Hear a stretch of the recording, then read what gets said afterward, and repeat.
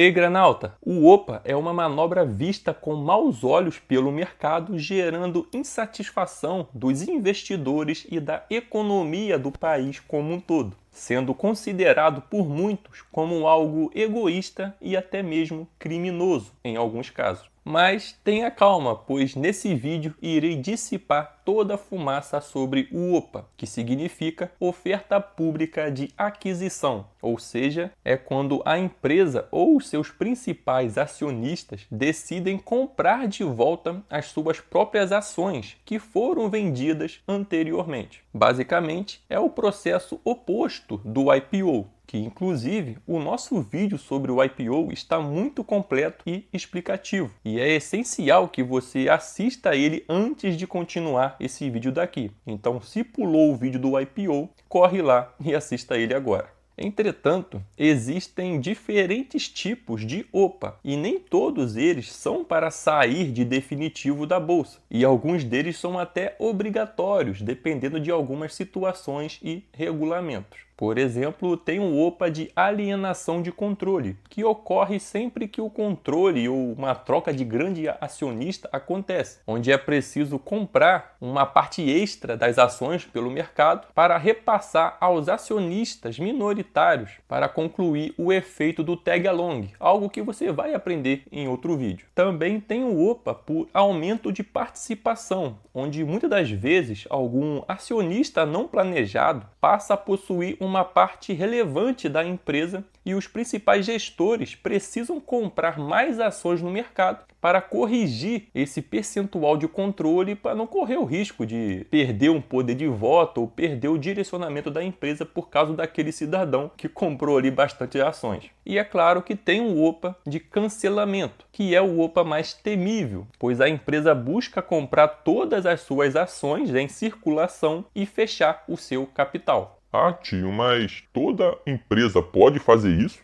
E nesse caso, se eu for acionista, eu sou obrigado a vender as ações?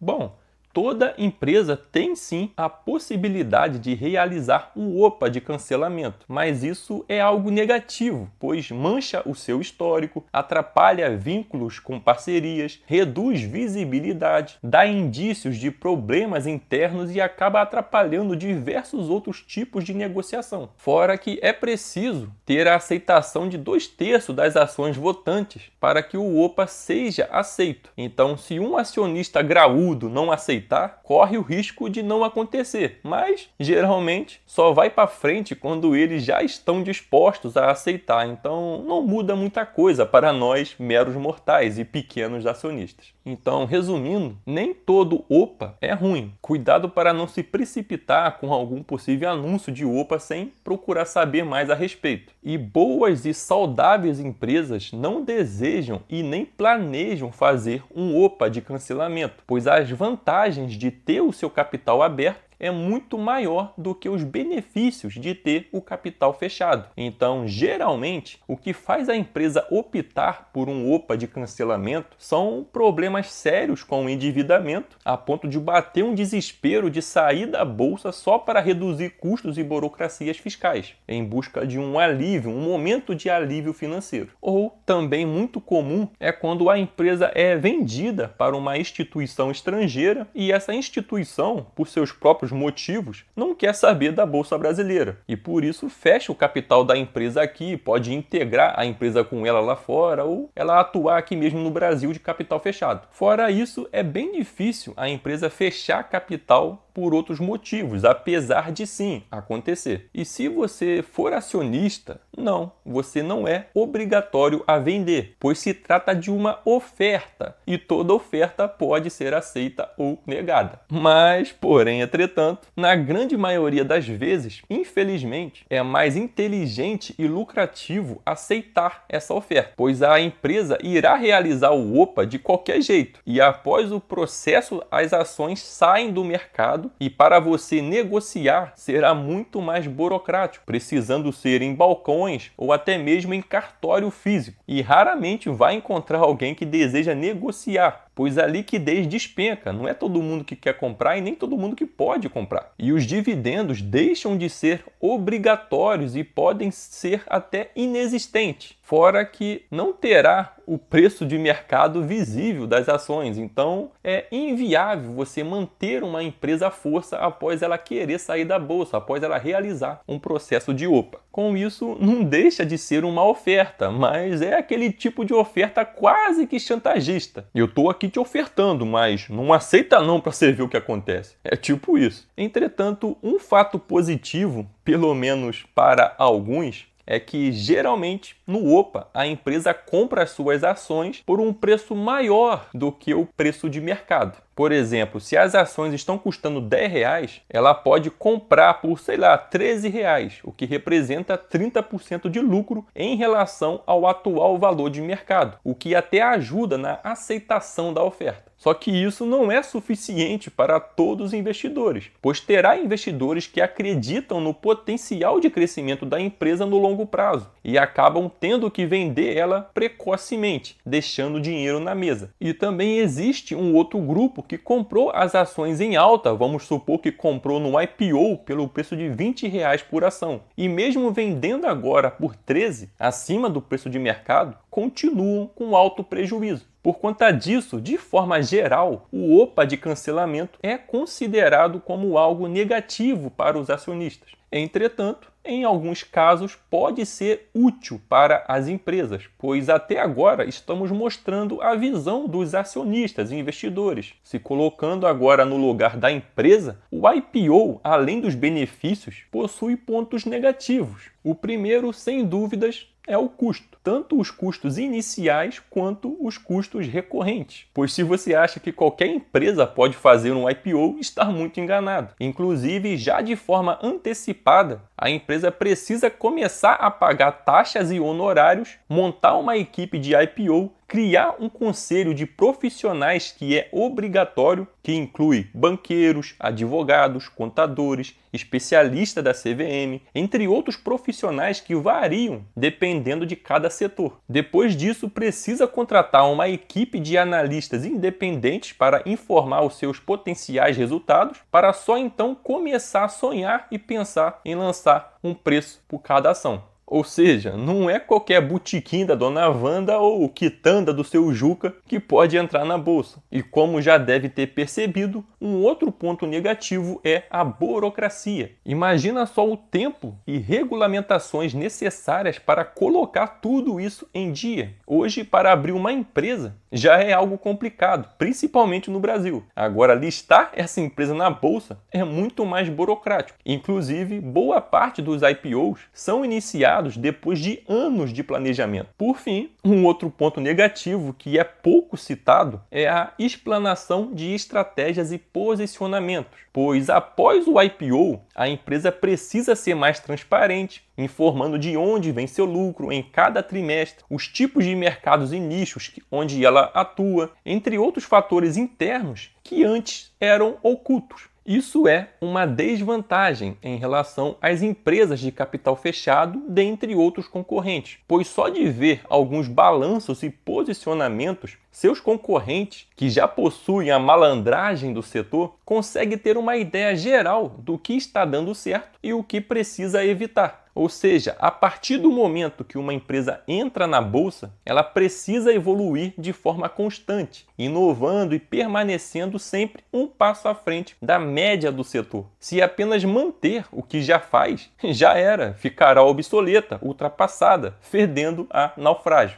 E mesmo crescendo, corre o risco de perder fundamentos e vantagens com o passar dos anos. Inclusive, algumas empresas fecham seu capital para ocultar alguma nova estratégia e posicionamento dos seus concorrentes, e não só para reduzir despesas recorrentes. Sabendo disso, o processo de IPO não deixa de ser um grande desafio para as empresas, principalmente empresas medianas e sem criatividade, que apesar de ter um impulso inicial, tende a perder fundamentos no futuro. Então, já é um ponto para você começar a observar evitar, pois investir em empresas que não têm potencial de inovação, de se adequar ao setor e continuar evoluindo, é um risco alto e desnecessário. Agora que você já sabe tudo sobre o IPO e também sobre o OPA, é importante entender tudo sobre os sócios e os seus diferentes tipos e como eles influenciam nas empresas, algo que irei te explicar no vídeo sobre os acionistas. Então, assista ele logo na sequência. E foco na disciplina, pois te vejo no próximo vídeo.